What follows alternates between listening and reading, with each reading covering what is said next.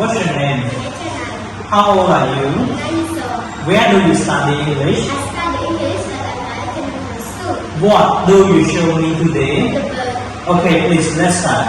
First of all, I wanted to say good to 10, all my beloved classmates. Today I'm so excited to stand here at the lecture night. I study English at American school. Today I'm responsible to talk about the bird. The small bird is in the big tree. The tree is outside. The bird comes to my window. I open my window. The bird goes to the tree. I put some bread outside my window.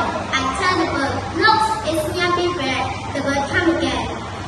Okay, good, thank you. After your presentation, I ask you some questions.